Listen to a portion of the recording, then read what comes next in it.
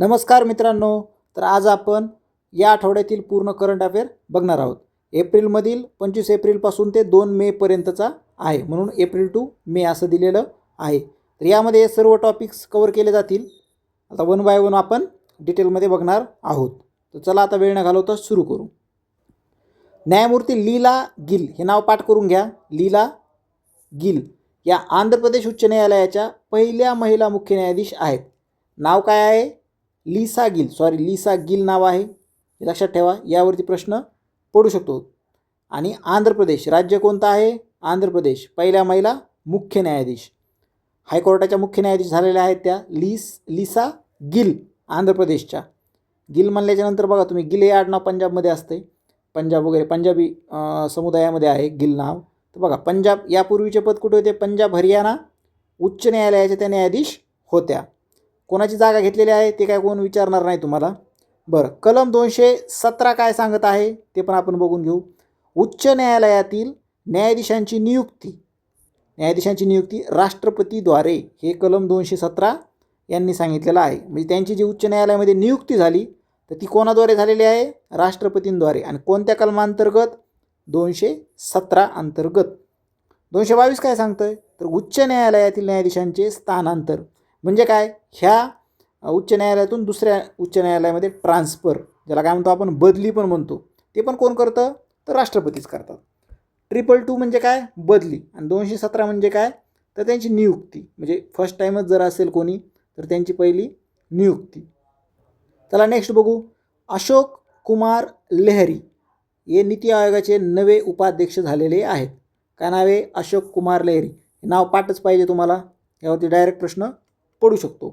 डिटेलमध्ये जर विचारलं तर काय? मागील उपाध्यक्ष कोण होते? सुमन बेरी.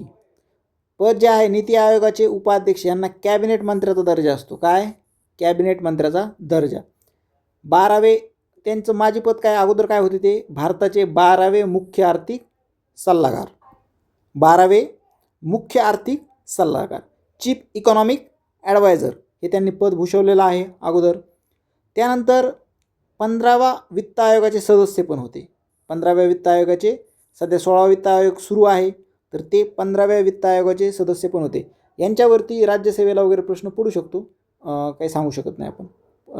पडू शकतो कारण की 2-3 राज्यसेवेला सेंटेन्स टाईप प्रश्न पडतात आणि त्या कंडिशनमध्ये मग असे 2-3, आता हा एक सेंटेन्स आहे, हा एक सेंटेन्स आहे, हा एक सेंटेन्स आहे आणि हा तर आहे. तर असे प्रश्न पडतात बऱ्यापैकी. कंबाईनला मात्र वन लाईनर पडू शकतो, डायरेक्ट नाव विचारू शकतात. पश्चिम बंगाल विधानसभेचे माजी भाजप आमदार हे कुठले आहेत? प्रॉपर पश्चिम बंगालचे आहेत आणि ते विधानसभेचे माजी आमदार पण आहेत. पश्चिम बंगालमध्ये ते आमदार पण होते. अजून काय माहिती आहे? अशोक कुमार लेहरी हे आंतरराष्ट्रीय अनुभव काय आहे त्यांचा?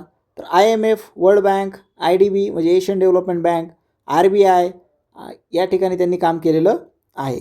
दुसरं, शिक्षक म्हणून कुठे काम केलेलं आहे? तर दिल्ली स्कूल ऑफ इकॉनॉमिक्समध्ये त्यांनी प्राध्यापक म्हणून काम केलेलं आहे. विशेष काय आहे? नीती आयोगाचे पहिले राजकीय पार्श्वभूमी असलेले उपाध्यक्ष आहेत. म्हणजे आत्तापर्यंत नीती आयोगाचे जे उपाध्यक्ष होते ते त्यांचा पॉलिटिकल काही एरिया नव्हता, परंतु आता हे पहिले असे आहेत, ते BJPचे ऑलरेडी एक आमदार होते, सिटिंग MLA, आणि ते आता उपाध्यक्ष झालेले आहेत. मग ही अशी पार्श्वभूमी असणारे म्हणजे पॉलिटिकल, हे फर्स्ट टाईम आहे. तर एवढ्या गोष्टी सफिशियंट आहेत. आता बघू आपण नीती आयोग काय म्हणतो ते पण बघू. NITI Aayog national institution for transforming India. आता हे नाव सर्वांनाच माहीत आहे, त्याविषयी काही दुमत नाही. स्थापना कधीची आहे? 1 जानेवारी 2015, हे लक्षात ठेवा. अध्यक्ष कोण असतात? तर पंतप्रधान असतात. सध्या कोण आहेत? नरेंद्र मोदी. हे आपले कोण आहेत? PM, तर पंतप्रधान असतात. उपाध्यक्ष कोण आहेत? तर अशोक कुमार लेहरी. आपण त्यांच्याविषयीच बघत आहेत. कधी पण अध्यक्ष हे PM आहेत आणि उपाध्यक्ष हे बदलत असतात. आता CEO कोण आहे सध्या? तर निधी चिबार. कोण? निधी चिबार. यांच्यावरती पण प्रश्न पडू शकतो. त्यांना अतिरिक्त कारभार दिलेला आहे, तर CEO आहेत निधी चिबार. हे पण नाव लक्षात ठेवा. आता बघू आपण आम आदमी पक्षाचे 7 खासदार, राज्यसभा खासदार, कोणते साधेसुधे नाही, राज्यसभेचे खासदार, हे भाजपमध्ये सामील झालेले आहेत. आपण बघत आहेत राघव चड्डा वगैरे ते सर्व आहेत. त्यांचे नाव बघू आपण. राज्यसभेत आपच्या एकूण 10 खासदार होते. 10पैकी 7 गेले, आता 3च राहिलेत. 7 खासदारांनी सभापती CP राधाकृष्णन यांना पत्र दिले आणि अशोक कुमार मित्तल हे आपचे कोण होते? उपनेते होते. प्रत्येक पार्टीला त्या सभागृहामध्ये एक उपनेता निवडायचा असतो की आमच्या त्या सभागृहामध्ये जेवढे काही खासदार असतील, जर 10 खासदार आहेत तर ते राज्यसभेमध्ये स्वयंभू एक पार्टी असते. म्हणजे आपची ती एक गट असतो. मग त्या गटाचा कोणतरी नेता पाहिजे, मग त्याला उपनेता म्हणतात. तर तो आहे अशोक कुमार मित्तल. यांना निवडलं होतं आणि यांचीच लवली युनिव्हर्सिटी होती पंजाबमध्ये आणि त्या ठिकाणी काहीतरी ईडीची वगैरे धाड पडली, हे पण एक कारण सांगतात. मग हे उपनेत्यासोबत राघव चड्डा जे अगोदरचे उपनेते होते त्यांचं पद काढून यांना दिलं होतं. नंतर संदीप पाठक गेले, नंतर हरभजन सिंग गेले, राजेंद्र गुप्ता, विक्रमजीत सिंग साहनी आणि स्वाती मालिवाल ह्या दिल्ली महिला आयोगाच्या अगोदर अध्यक्ष होत्या. तर या पण गेलेल्या आहेत. असे टोटल 7. आता हे सर्व कोण येत आहेत? राज्यसभेचे खासदार आहेत. राज्यसभेचं काम काय असतं तर ते आपण आता बघू नेक्स्ट स्लाईडमध्ये. आता पक्षांतर बंदी कायदा काय सांगतो? अगोदर राज्यसभेचं काम काय असतं तर राज्यसभा म्हणजे राज्यांचे हक्कांचे संरक्षण करणे. आता राज्यसभेमध्ये जर आता हे सर्व पंजाबमधून निवडून आलेले आहेत 7चे 7 खासदार. म्हणजे त्यांना पंजाबवरती काही प्रॉब्लेम आला, ॲज अ राज्यावरती जर काही प्रॉब्लेम आला तर त्यांना तो त्या ठिकाणी मांडणं गरजेचं आहे. दुसरी गोष्ट ते पक्षाचं पण प्रतिनिधित्व करत असतात. म्हणजे पक्षावर जर काही प्रॉब्लेम आला तर त्याचा पण विषय त्यांनी राईज करणं गरजेचं असतं. पण प्रॉब्लेम असा आहे की कोणच तसं काही करत नव्हते. बरं ठीक आहे, आपल्याला त्यात राजकारणात पडायचं नाही. आता बघू आपण. आता पक्षांतर बंदी कायदा काय सांगतो ते बघू आपण. तर अनुसूची ज्याला म्हणतात संविधानातील 10व्या अनुसूची, त्याला काय म्हणतो आपण? शेड्यूल. 10th शेड्यूलमध्ये हा पक्षांतर बंदी कायद्यासंबंधी आहे. सेपरेट हा आपण ॲड केला होता 52व्या घटनादुरुस्तीद्वारे. 1985ला ही घटनादुरुस्ती झालेली आहे. राजीव गांधी सरकारने केलेली आहे. कोणी? राजीव गांधी सरकारने.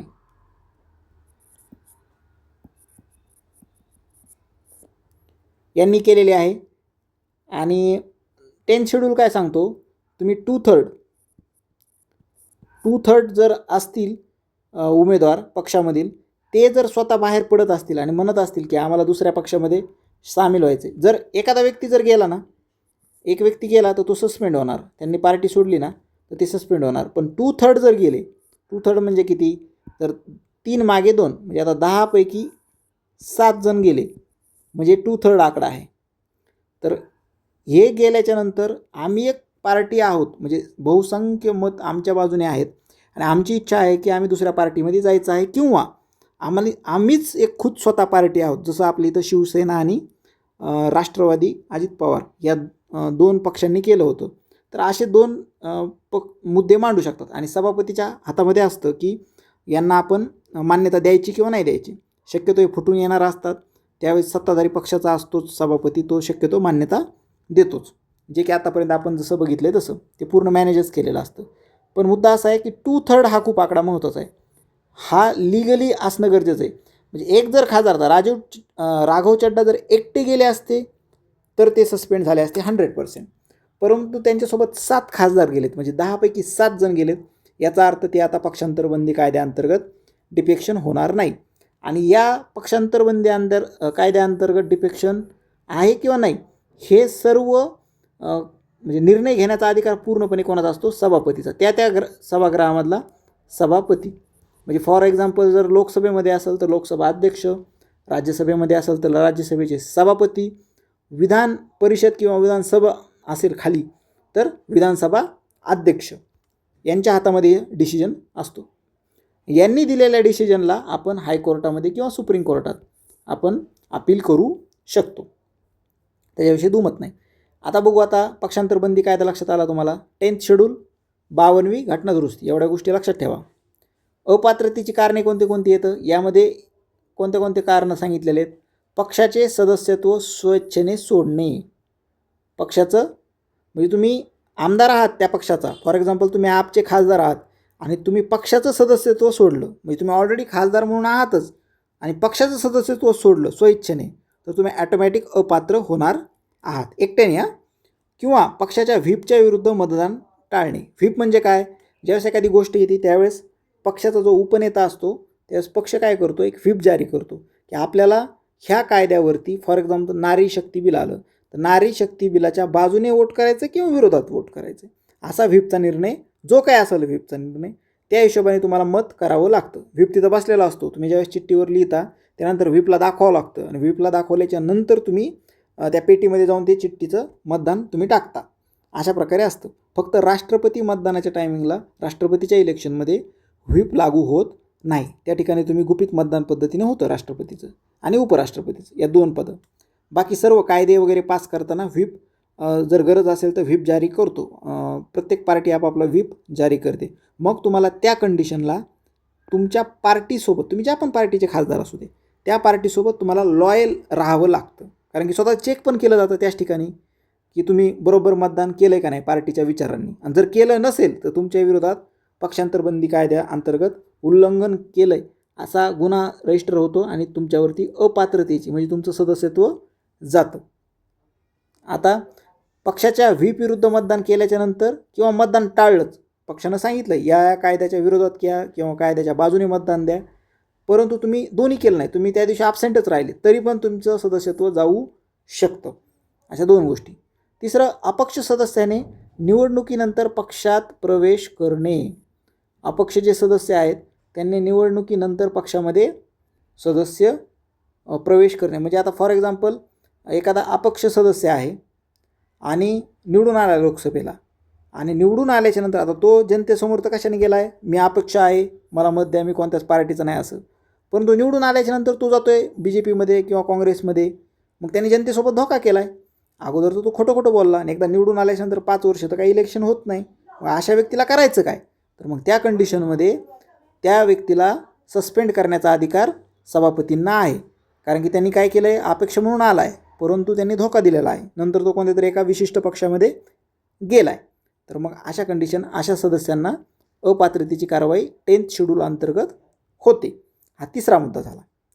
आता 4था मुद्दा काय, तर नामनिर्देशित सदस्याने 6 महिन्यानंतर, किती, एखादा राष्ट्रपती नामनिर्देशित करतात किंवा राज्यामध्ये राज्यपाल नामनिर्देशित करतात.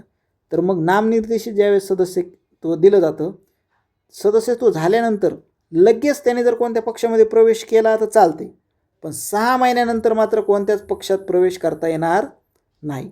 मग त्यांना तसंच राहावं लागेल, जसे आहेत तसेच.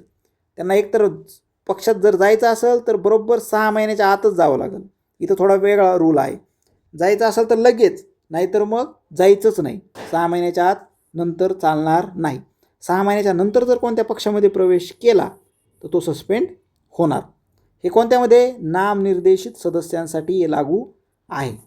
आणि बाकी अपक्षांसाठी तर इलेक्शन झाल्याच्यानंतर जाताच येत नाही कुठेच. एवढ्या सगळ्या क्रायटेरिया पक्षांतरबंदी अंतर्गत आहेत. आय होप तुम्हाला आता क्लिअर झाला असेल की नेमकं काय आहे. आता बघू आपण नेक्स्ट न्यूज, महाराष्ट्र SC/ST आयोगाचे विभाजन. महाराष्ट्रामध्ये काय होतं, दोन्ही SC आणि ST एकत्र आयोग होता. तर आता आपण त्याचं विभाजन केलेलं आहे. तो निर्णय राज्य मंत्रिमंडळाने घेतला आहे. मग आता अनुसूचित जाती आयोग वेगळा राहील आणि जमाती आयोग वेगळा राहील, असे 2 राहतील. मग त्याची काही कारणं वगैरे तुम्हाला लक्षात ठेवायची गरज नाही. तुम्हाला फक्त एवढं लक्षात ठेवा की आता महाराष्ट्रामध्ये 2 वेगवेगळे आयोग झालेले आहेत. तरी शिफारस कोणी केली हे पण खूप महत्त्वाचं आहे. ते 51व्या जनजाती सल्लागार परिषदेने जे 2023मध्ये स्थापन केली होती, तर त्यांनी स्वतंत्र अनुसूचित जमाती आयोगाची शिफारस केली होती. मग आयोगाची रचना कशी असते, तर एक अध्यक्ष असतो, 4 अशासकीय सदस्य असतात. म्हणजे जसं अनुसूचित जाती आयोग असतो, SC आयोग असतो, तसंच ST आयोग पण असणार. एवढं लक्षात ठेवा. बांगलादेश जगातील 33वा अणुऊर्जा देश ठरलेला आहे. कितवा, 33वा जगातील. बांगलादेशनं स्वतःची अणुऊर्जा तयार केलेली आहे. तर वीज निर्मिती करणारा हा जगातील 33वा देश आहे. प्रकल्प रूपपूर अणुऊर्जा प्रकल्प कोणता, रूपपूर अणुऊर्जा प्रकल्प पहिला आहे हा, लक्षात ठेवा. यावरती प्रश्न पडू शकतो. मदत कुठून भेटलेली आहे? रशियाकडून मिळालेली आहे. युरेनियम इंधन भरण्याच्या प्रक्रियेद्वारे हा टप्पा गाठलेला आहे. जगातला कितवा? 33वा देश. कोणता? बांगलादेश. लाईट निर्माण केलेला आहे त्यांनी कशाने? ॲटॉमिक एनर्जीद्वारे. रशियाची मदत आहे. रूपपूर अणुऊर्जा प्रकल्प लक्षात ठेवा. श्रेयस अय्यर F1 फॉर्म्युला 1 ज्याला म्हणतो आपण, चे ब्रँड ॲम्बॅसेडर ठरलेले आहेत. कोण? Shreyas Iyer. Mumbai falcons racing limited brand ambassador कोण? श्रेयस अय्यर. भारतातील अधिकृत फॉर्म्युला 1 कार्यक्रम क्रिकेट मोटरस्पोर्ट क्रॉसओव्हर क्षेत्र काय? याची काही रिलेटेड नाही, फक्त श्रेयस अय्यर लक्षात राहू द्या आणि फॉर्म्युला 1चे ब्रँड ॲम्बॅसेडर, एवढ्याच गोष्टी लक्षात ठेवा. प्रसिद्ध छायाचित्रकार रघु राय यांचं निधन झालेलं आहे. चित्र काढायचे, ते चित्र म्हणजे काय? फोटो काढायचे. तर ते त्यांचं करिअर वगैरे त्याची काही गरज नाही. पद्मश्री त्यांना भेटलेला 1972ला. त्यांचं प्रसिद्ध चित्र जर म्हटलं तर भोपाळ गॅस दुर्घटनामधील आणि बांगलादेश युद्धाचं छायाचित्रण त्यांनी केलं होतं. भोपाळ गॅस दुर्घटनेमध्ये पण एक मुलाचं वगैरे आहे ते चित्र, ते खूप दुर्दैवी आहे, तर ते जाऊ दे. तर एवढ्या गोष्टी लक्षात ठेवा. दुसरी गोष्ट काय? इंदिरा गांधी, दलाई लामा, मदर तेरेसा यांचे पोर्ट्रेट पण त्यांनी तयार केले होते. चला आता नेक्स्ट बघू. हे नाव लक्षात ठेवा, चित्रकार होते ते, असा डायरेक्ट प्रश्न पडू शकतो. रघु राय हे कोण होते? ते छायाचित्रकार किंवा ज्येष्ठ छायाचित्रकार यांचं निधन झालेलं आहे, त्यांचं नाव काय? तर रघु राय. या 2-3 गोष्टी लक्षात ठेवा. पद्म पुरस्कार 2027चे पद्म पुरस्कार राज्यस्तरीय समिती स्थापन केलेली आहे. तर कोणाच्या अध्यक्षतेखाली? तर राजशिष्टाचार मंत्री जयकुमार रावल यांच्या. तर एवढं काय त्याची डिटेल नाही, पण ठीक आहे. आता कोणाच्या अंतर्गत? जयकुमार रावल. यावरती काय प्रश्न पडत नाही. महाराष्ट्र दिन आहे 1 मे, सर्वांना माहीत आहे. तर 1 मे दिवशी महाराष्ट्र राज्य कधी झालेलं आहे? 1 मे 1960ला मुंबई राज्याचं विभाजन होऊन महाराष्ट्र राज्य मराठी भाषिक लोकांचे स्वतंत्र राज्य तयार झालेले आहे. जागतिक कामगार दिन पण 1 मेलाच असतो, सर्वांना माहिती आहे. 1 मे रोजी जागतिक कामगार दिन आहे. 1 मे 1923 रोजी मद्रास, चेन्नई या ठिकाणी साजरा करण्यात आला होता फर्स्ट टाईम. आयोजन कोणी केलं होतं? लेबर किसान पार्टी ऑफ हिंदुस्थानने तयार केलं होतं. हे पण खूप महत्त्वाचं आहे. आता वन लाईनर्स बघू. हॉकीपटू गुरुबख्श ग्रेवाल यांचं निधन झालेलं आहे. 1968च्या मेक्सिको सिटी ऑलिम्पिकमध्ये कांस्य पदक जिंकणारे हॉकीपटू वयाच्या 84 वर्षी निधन. काय नाव? Gurbaksh Grewal. ISF junior world champion Bharat अव्वल झालेला आहे. यावरती प्रश्न पडू शकतो, कारण भारत त्यामध्ये फर्स्ट आलेला आहे. कैरो इजिप्त येथे आयोजित केलेलं होतं. कुठे? कैरोमध्ये, इजिप्तमध्ये. 16 पदकं जिंकलेलो आहोत आपण. भारतीय विद्यापीठ संघाची 100वी वार्षिक सर्वसाधारण सभा कितवी? 100वी भारतीय विद्यापीठ संघांची कुठे झालेली आहे? पुणे या ठिकाणी झालेली आहे. त्याच ठिकाणी कुलगुरूंची राष्ट्रीय परिषदही येथेच आयोजित केलेली होती. कान चित्रपट महोत्सव मराठी चित्रपट निवड झालेली आहे. त्याच्यामध्ये एप्रिल-मे 99 हा एक चित्रपट आहे आणि जीव द क्रिएचर हा एक चित्रपट आहे. 2 चित्रपट आहेत जे कान चित्रपटासाठी चित्रपट महोत्सवासाठी निवडले गेले आहेत. डॉक्टर अतुल नाथ ब्रेक थ्रू प्राईज मिळालेला आहे त्यांना. अतुल नाथ नाव लक्षात राहू द्या. प्राईजचं नाव काय? Breakthrough prize. मोंग G2 प्रयोगातील योगदान. आसामचे भौतिक शास्त्रज्ञ आहेत ते. कुठले आहेत? आसामचे. आणि breakthrough prize in a fundamental physics 2026 या पुरस्काराने त्यांना विज्ञानाचा ऑस्कर म्हटलं जातं याला. ब्रेक थ्रू प्राईज कोणाला मिळाला आहे? अतुल नाथ. हे लक्षात ठेवा. दिल्ली मेट्रो इंटरनॅशनल लिमिटेडचे पहिले CEO कोण आहेत? दिल्ली मेट्रो इंटरनॅशनल लिमिटेडचे पहिले CEO कोण आहेत? तर संजय कुमार जमुआर हे आहेत. DMRCने नियुक्त केलेलं आहे. आर्टिस्ट सेंटर मुंबईचे अध्यक्ष कोण आहेत? प्रकाश बाळ जोशी यांची बिनविरोध निवड झालेली आहे. यांच्यावरती डायरेक्ट वन लाईनर प्रश्न पडतो. INS निरीक्षक ही नवीन नौदलाचे INS निरीक्षक श्रीलंकेत झालेल्या द्विपक्षीय सरावात सहभागी झालेली आहे. यावरती शक्यतो TCS IBSला प्रश्न पडू शकतो. सेफ सिटीज प्रोजेक्ट 2026 तर धार शहर हे सर्वात सुरक्षित महिला सुरक्षेसाठी बळकट करण्यासाठी निवड झालेली आहे. यावरती प्रश्न पडू शकतो. Athletics integrity unit Bharat category A मध्ये आहे. उच्च डोपिंग धोका श्रेणी या अंतर्गत. जागतिक पुस्तक आणि कॉपीराईट दिन 2026 23 एप्रिल या दिवशी आहे. हा आपण पाठीमागच्या व्हिडिओमध्ये कव्हर केलेला आहे डिटेलमध्ये. सिरम मॅग्नेशियम चँगसाईट खनिज हे चीनमधील आहे. चंद्राच्या उल्कापिंडातून शोध मिळालेला आहे. यावरती काय प्रश्न पडणार नाही. जगातील पहिली भूमिगत अणुकचरा साठवणूक सुविधा कुठे आहे? जगातील पहिली आहे तर फिनलँडमध्ये आहे. कायमस्वरूपी भूमिगत सुविधा कार्यान्वित करणारा पहिला देश फिनलँड. कोणता? अणुकचरा पडू शकतो प्रश्न. ओमेगा बॉल 3 संघाचा फुटबॉल फॉर्मॅट आहे. IIT मद्रास भारतातील नवीन फॉर्मॅट आहे. ओमेगा बॉल IIT मद्रासने सुरू केलेला आहे 3 संघांचा फुटबॉल फॉर्मॅट. VM फ्रेम्स चित्रपट स्पर्धा वंदे मातरमच्या 150च्या स्मरणार्थ सुरू. कोणता? VM frames.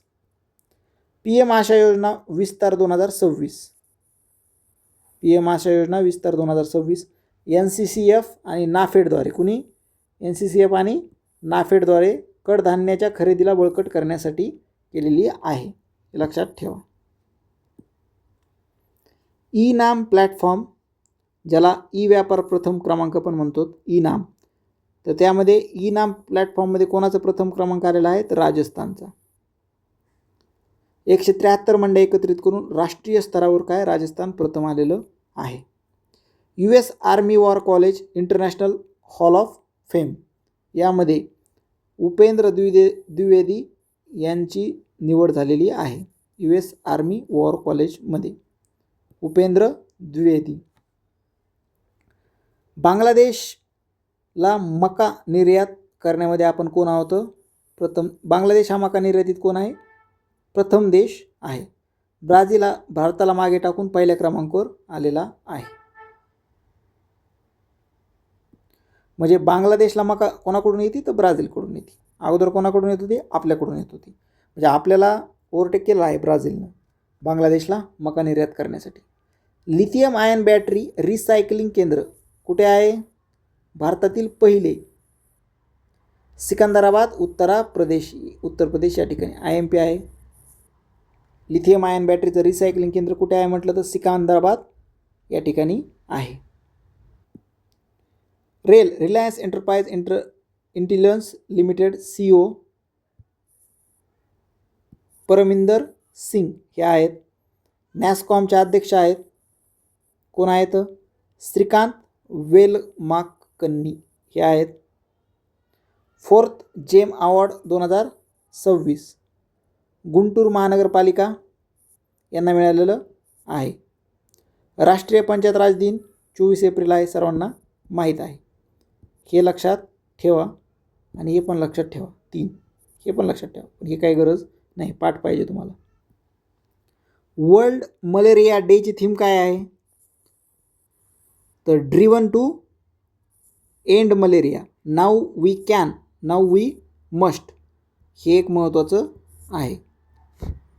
Bank of India, Bank of Baroda MD आणि CEOना मुदतवाढ 3 वर्षाची मुदतवाढ दिलेली आहे. यावरती काही प्रश्न पडणार नाही. जनगणना 2027 टोल फ्री हेल्पलाईन कोणती आहे? यावरती प्रश्न पडू शकतो. 1855 लक्षात ठेवा.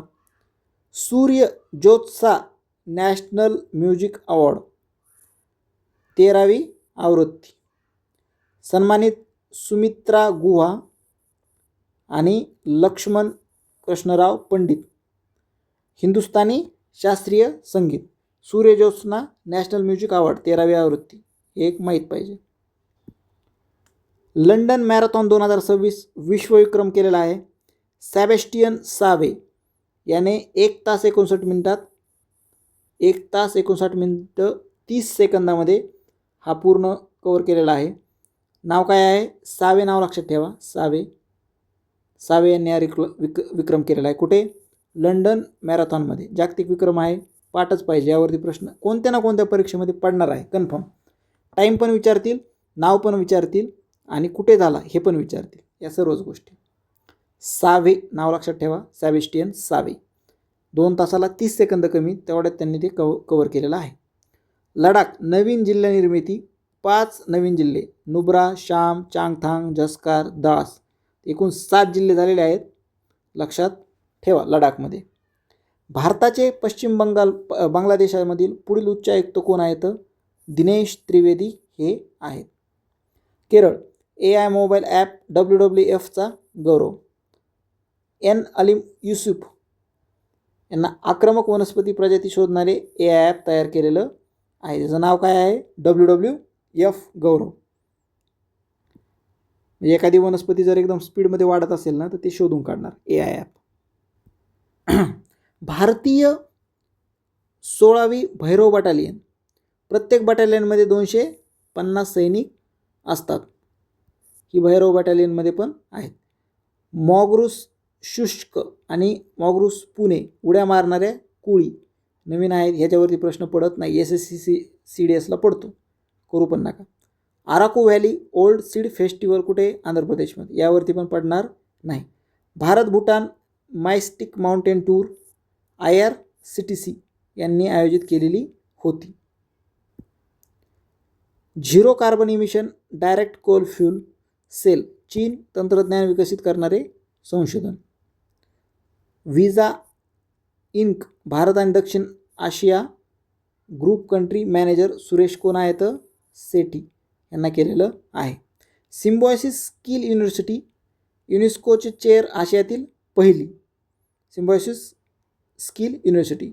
विषय काय? Gender inclusion and skill development. Badminton athletics कमिशनचा अध्यक्ष कोण झालेला आहे? तर PV सिंधू. यावरती प्रश्न पडू शकतो. Bharat NDC national determined contribution ज्याला म्हणतो आपण, तर पॅरिस करार अंतर्गत सादर आहे. World day for safety and health at work 2026ची थीम काय आहे? तर good psychosocial working environment. World day for safety and health at work याची थीम आहे. सिप्रीचा अहवाल 2025चा जागतिक संरक्षण खर्च, त्यामध्ये भारत कितवा आहे? 5वा.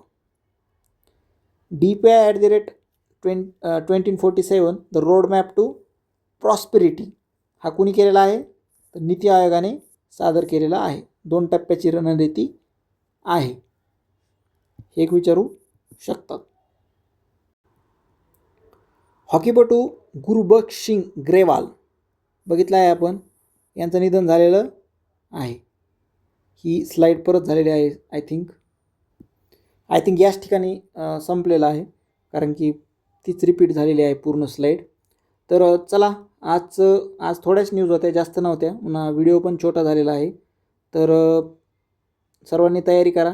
काही जर मदत लागत असेल तर आपला टेलिग्राम ID आहे, यावरती तुम्ही कॉन्टॅक्ट करू शकता. बाकी सबस्क्राईब करा, टेलिग्रामला चॅनलला आपल्या जॉईन व्हा आणि यूट्यूबला सबस्क्राईब करा. Thank you very much.